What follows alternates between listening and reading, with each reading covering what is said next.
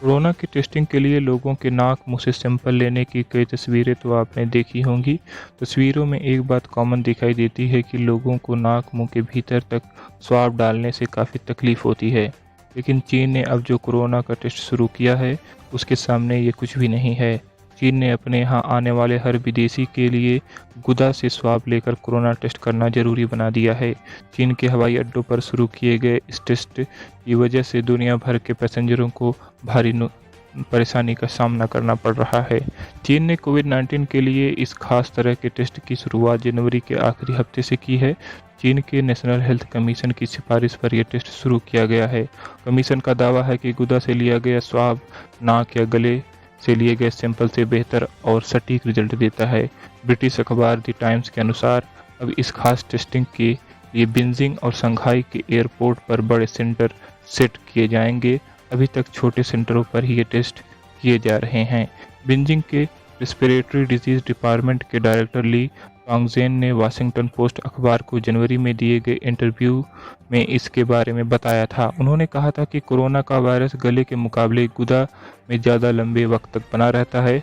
उनका कहना था कि अगर हम गुदा से सैंपल लेकर कोरोना टेस्टिंग करेंगे तो यह संक्रमित मरीजों की पहचान के लिए ज़्यादा मुफीद होगा। उस वक्त उन्होंने ये भी कहा था कि गुदा से सैंपल सिर्फ उन लोगों के लिए जाएंगे जिन्हें क्वारंटाइन किया गया है। ऐसा इसलिए कि यह गले से सैंपल लेने के मुकाबले ज़्यादा असुविधाजनक होता है। इस तरह कोरोना टेस्टिंग के चीन के फैसले पर जापान और अमेरिका ने नाखुशी जताई है। उन्होंने कहा है कि इस अशोभनीय टेस्ट को फ़ौरन बंद कर देना चाहिए। इसकी वजह से उनके नागरिकों को दिक्कत हो रही है। इसके बाद चीन मंगलवार को अमेरिकी डिप्लोमेट्स को इस टेस्ट से छूट देने पर राजी हो गया।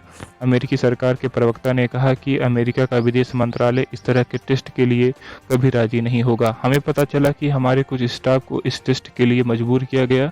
हमने चीनी विदेश मंत्रालय में अपनी आपत्ति दर्ज कराई है। इस पर चीन ने इसे एक गलती बताया है। उन्होंने कहा है कि डिप्लोमेट्स को इससे बाहर रखा गया है। इसी तरह का विरोध जापान की सरकार ने भी जताया है। जापान सरकार ने कहा कि इस टेस्ट की वजह से जापानी नागरिकों को मनोवैज्ञानिक पीड़ा से गुजरना पड़ रहा है। जापानी कैबिनेट के चीफ सेक्रेटरी कत्सुनोब केटो ने कहा कि कुछ जापानी नागरिकों ने इस टेस्ट को लेकर चीन में हमारे दूतावास के सामने आपत्ति दर्ज कराई है। यह उनके लिए मनोवैज्ञानिक परेशानी का कारण बन रहा है।